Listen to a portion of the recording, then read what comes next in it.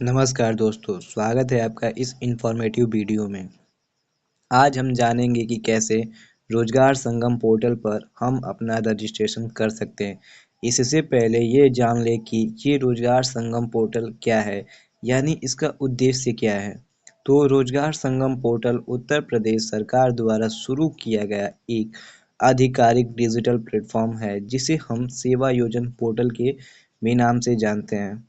यह शिक्षित यानी पढ़े-लिखे बेरोजगार युवाओं को सरकारी, निजी और आउटसोर्सिंग नौकरियों से जोड़ता है। अब आपके मन में संदेह होगा कि ये आउटसोर्सिंग नौकरियां क्या होती हैं।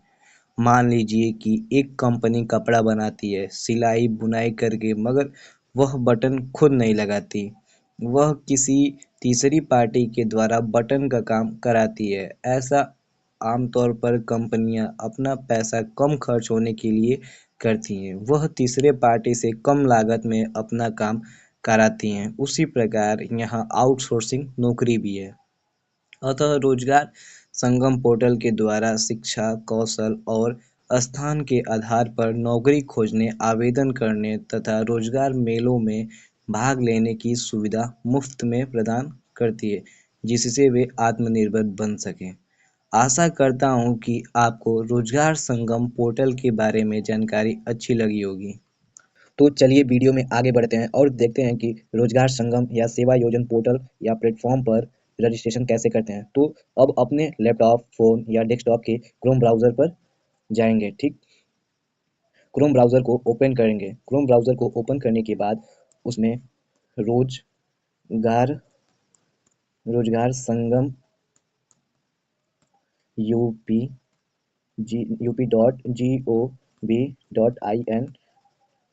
ऑफिशियल ऑफिशियल सर्च करेंगे। ठीक, इतना सर्च करने के बाद आपको पहले नंबर पे दिखाई दे रहा होगा कि रोजगार संगम, आपको इस पे क्लिक करना है।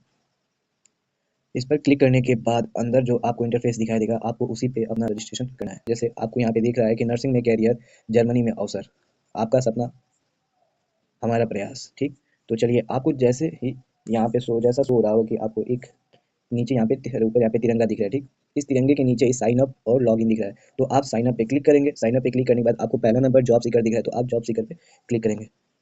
जॉब सीकर पर क्लिक करने पर आपको ये इंटरफेस शो हो रहा होगा। इस इंटरफेस में आपसे पूछ रहा है first name, middle name, last name, यानी आपको अपना नाम भरना है। यानी जैसे किसी का नाम होता है सोहन कुमार सिंह, यानी सोहन कुमार सिंह, सोहन जो हुआ आपका फर्स्ट नेम होगा, कुमार जो हुआ आपका मिडिल नेम होगा और सिंह जो हुआ आपका लास्ट नेम होगा। अगर आपका इतना बड़ा नाम है तो आप तीनों में भर सकते हैं, नहीं तो आप नॉर्मली फर्स्ट नेम में अपना नाम, जैसे मेरा नाम सोनू है, फिर लास्ट नेम मेरा यादव है। ठीक, और स्टेट आपको चूज कर लेना है। अब तो मेरा स्टेट जो है उत्तर प्रदेश। ठीक, उसके बाद डिस्ट्रिक्ट, आपको अपना डिस्ट्रिक्ट चूज कर लेना है। डिस्ट्रिक्ट फिल करने के बाद आप रजिस्टर फॉर, यानी आप किसके लिए रजिस्टर करना चाहते हैं। यानी देखिए इसमें कैंपस स्टूडेंट, यदि आप कैंपस के स्टूडेंट हैं, यानी अगर आप डॉक्टरेट कर रहे हैं, डी फार्मा कर रहे हैं, ITI कर रहे हैं, डिप्लोमा कर रहे हैं, अब अभी आप अपियरिंग में यानी कर रहे हैं, तो आप कैंपस स्टूडेंट हैं। ठीक, तो आप कैंपस स्टूडेंट को सेलेक्ट करेंगे।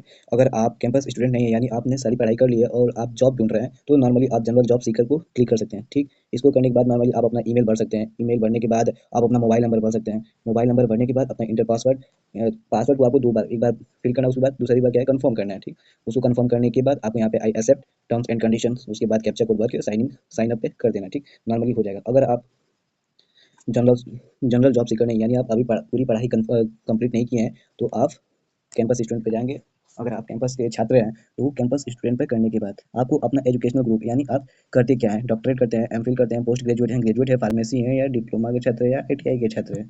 तो जैसा कि मैं डिप्लोमा का छात्र हूँ, तो मैंने डिप्लोमा चूज कर लिया। ठीक, फिर स्ट्रीम, यानी आप किस ब्रांच से हैं, यानी आपका डिसिप्लिन क्या है। ठीक, तो आपको इसमें हर चीज़ मतलब सभी दिखाई देगा। डी फार्मा दिखाई देगा, DCH दिखाई देगा, DCP दिखाई देगा, DA TT है। तो आपको इसमें अपना थोड़ा समय तो लगेगा भाई, लेकिन आपको अपना इसमें अपना डिसिप्लिन, अपना स्ट्रीम चूज करके लिख लेना है। ठीक, जैसा कि मेरा डिसिप्लिन आपको दिख रहा हो, यहाँ पे लिखा है कि डिप्लोमा इलेक्ट्रॉनिक्स इंजीनियरिंग, तो मैंने इसको सेलेक्ट कर लिया है। ठीक, इसको सेलेक्ट करने के बाद आपसे यहाँ पे नीचे पूछ रहा है कॉलेज डिस्ट्रिक्ट, यानी आपका जो कॉलेज है किस जिले में, यानी किस डिस्ट्रिक्ट में है।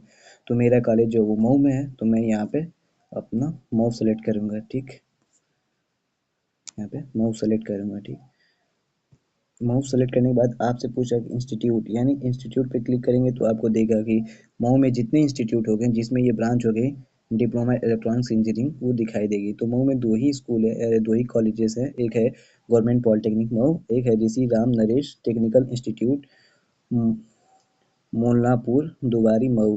ठीक, तो जैसा कि मेरा कॉलेज है गवर्नमेंट पॉलिटेक्निक मऊ तो मैंने इसको सेलेक्ट कर लिया। ठीक, अब ईमेल भरेंगे। ईमेल, आपका ईमेल एड्रेस जो भी होगा आपको अपना ईमेल फिल कर देना है नॉर्मली। ठीक है, जो भी आपका ईमेल होगा आपको अपना ईमेल भर देना है। ठीक,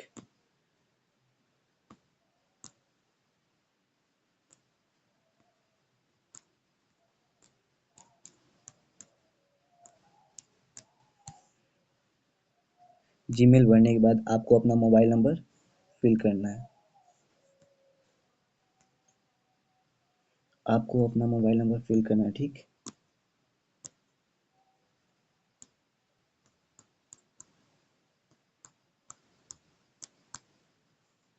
आपको अपना मोबाइल नंबर फिल करने के बाद आपको अपना पासवर्ड चूज करना है। ठीक है, पासवर्ड आप जो भी रख सकते हैं, बस 8 कैरेक्टर का होना चाहिए, स्ट्रॉन्ग पासवर्ड होना चाहिए। ठीक,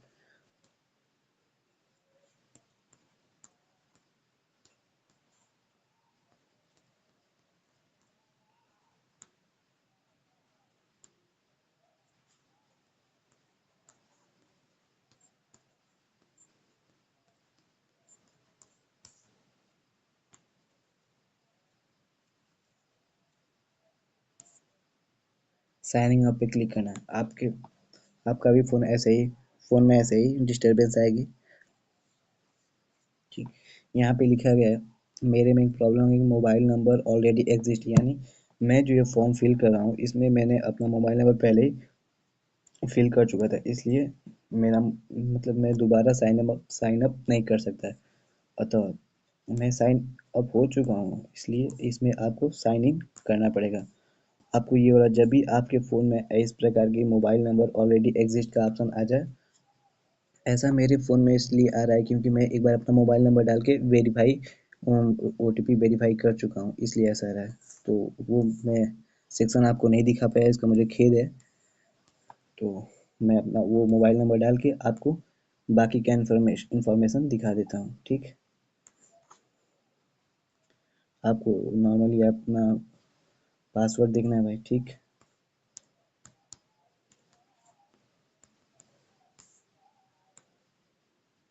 फिर यहाँ पे आपको अपना कैप्चा फिल करना है।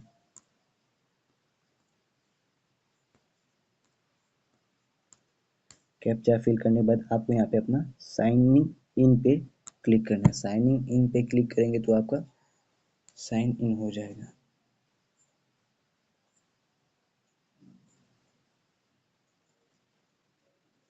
जैसा कि इंटरफेस ओपन हो रहा है भाई, तो आप अपना डैशबोर्ड पे क्लिक करेंगे। ठीक, डैशबोर्ड पे क्लिक करने के बाद आपको मैं जो है ये पूरी डिटेल पहले से ही फिल कर चुका हूँ, इसलिए ये पहले से फिल दिखाई दे रही है, मगर आप में ऐसे फिल नहीं दिखाई देगी। ठीक, आपको अपना सारा इन्फॉर्मेशन फिल करना पड़ेगा। ठीक, तो आपको अपना सारा इन्फॉर्मेशन फिल करने के लिए ऐसे ही सब दिखाई देगा पर्सनल इन्फॉर्मेशन, यानी पर्सनल डिटेल्स।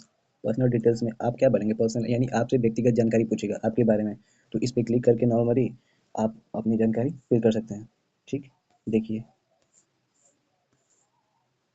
उस पर क्लिक करने के बाद आपको आपके पास अरे इंटरफेस पे शो हो रहा है कि जेंडर क्या है आपका। ठीक, डेट ऑफ बर्थ आपका क्या है, आपके पिताजी का नाम क्या है, माताजी का नाम क्या है, रिलीजन क्या है आपका। ठीक, वही आपके पिताजी का नाम हिंदी में, माता का नाम हिंदी में, और ये जो रिजर्वेशन सर्टिफिकेट नंबर, आपको अगर रिजर्वेशन मिलता है तो उसका सर्टिफिकेट नंबर आपको यहाँ पे फिल करने का नहीं है, तो एन नहीं डाल के आप सीधे आगे चल सकते हैं। मैरिड है या नहीं, आप क्या है, मैरिड है या नहीं, सारी इन्फॉर्मेशन सही है तो आप यहाँ पे सेव पर्सनल डिटेल पे क्लिक करते हैं। थोड़ा सा स्लो हो रहा है काम मगर सही हो रहा है। ठीक, अब इसको करने के बाद फिर क्या, ये परमानेंट एड्रेस पे जाएंगे। परमानेंट एड्रेस में फिर वही काम रहेगा कि आपका डिस्ट्रिक्ट कहाँ है, गांव कहाँ है, तहसील कहाँ है, यही सब चीज़ें आपको फिल करनी पड़ेगी। ठीक है, तो देखिए स्टेट पूछ रहा है, डिस्ट्रिक्ट पूछ रहा है, तहसील कहाँ है, विकास खंड, विलेज, फुल एड्रेस। ठीक, पिन कोड पूछेगा, corresponding address same as a permanent address है, यानी आपको आपको जो नीचे पूछेगा फिर एक परमानेंट एड्रेस पूछेगा। ये हो गया जो आप टेम्पररी कहीं रहते हैं, आपका जो जन्म स्थान है वो पूछता है, मतलब परमानेंट एड्रेस में आपका जो जन्म स्थान है वो पूछता है। तो परमानेंट एड्रेस और मेरा जो टेम्पररी एड्रेस है दोनों वही है हाल फिलहाल में। ठीक। और फिजिकल डिटेल्स, आपकी हाइट कितनी है, वेट कितना है, ब्लड ग्रुप क्या है, आई नॉर्मल है या नहीं, कि आप अपने आँख में कोई लेंस वेंस लगाते हैं या चश्मा पहनते हैं, इसके बारे में आपको जानकारी देनी होगी। कैरियर प्रेफरेंस, यानी आप जो चीज़ भी करें, डिप्लोमा करें, आईटीआई कर रहे हैं, तो आपको किस मतलब डिसिप्लिन से कर रहे हैं, ठीक। इंडस्ट्री में आपको क्या कहाँ जाना है, किस इंडस्ट्री में जाना है, कैटेगरी कौन सी फंक्शन होगी, उसमें आपका रोल क्या होगा, एक्सपेक्टेड सैलरी एनम, यानी आपका वार्षिक आय कितनी होनी चाहिए, आपको ये सब एक्सपेक्ट करना है इसमें, ठीक। आप प्रीफर डिस्ट्रिक्ट, आपको किस जिले में नौकरी चाहिए, किस जिले में नौकरी चाहिए, कहाँ पे, किस स्टेट में नौकरी चाहिए, ये सभी आपको इसमें फिल करना है, ठीक। फिर बोला है कि do you have any educational qualification, अगर आपको डिप्लोमा को छोड़कर और अधिक हायर क्वालिफिकेशन है तो आपको इसमें चूज़ करना है, ठीक। Do you have any experience, अगर आपके पास एक्सपीरियंस है तो यस करें, ठीक। नहीं है तो नो करें। लैंग्वेज आपको सेलेक्ट करना है, कई लैंग्वेज सेलेक्ट करनी है, जो भी आपको लैंग्वेज आती है वो सब सेलेक्ट कर सकते हैं, ठीक। Do you have any skills, आपके पास कोई स्किल्स है तो यस करें, नहीं है तो नो क्लिक करें। फिर आपको यहाँ पे नीचे एक, मैंने तो पहले कर दिया है, अब नहीं हो रहा है, लेकिन आपको यहाँ पे लिखा रहेगा फाइनल सबमिशन एंड लॉक, ताला लगा के, तो आपको यहाँ पे क्लिक कर देना होगा। क्लिक करने के बाद आपका ऊपर रजिस्ट्रेशन नंबर जैसे यहाँ पे शो हो रहा है, तो आपका भी रजिस्ट्रेशन नंबर शो हो जाएगा, तो भी आपका रजिस्ट्रेशन नंबर क्या होगा, शो होने लगेगा, ठीक है। तो आपको ये जानकारी कैसी लगी, कमेंट में प्लीज़ बताइएगा। धन्यवाद।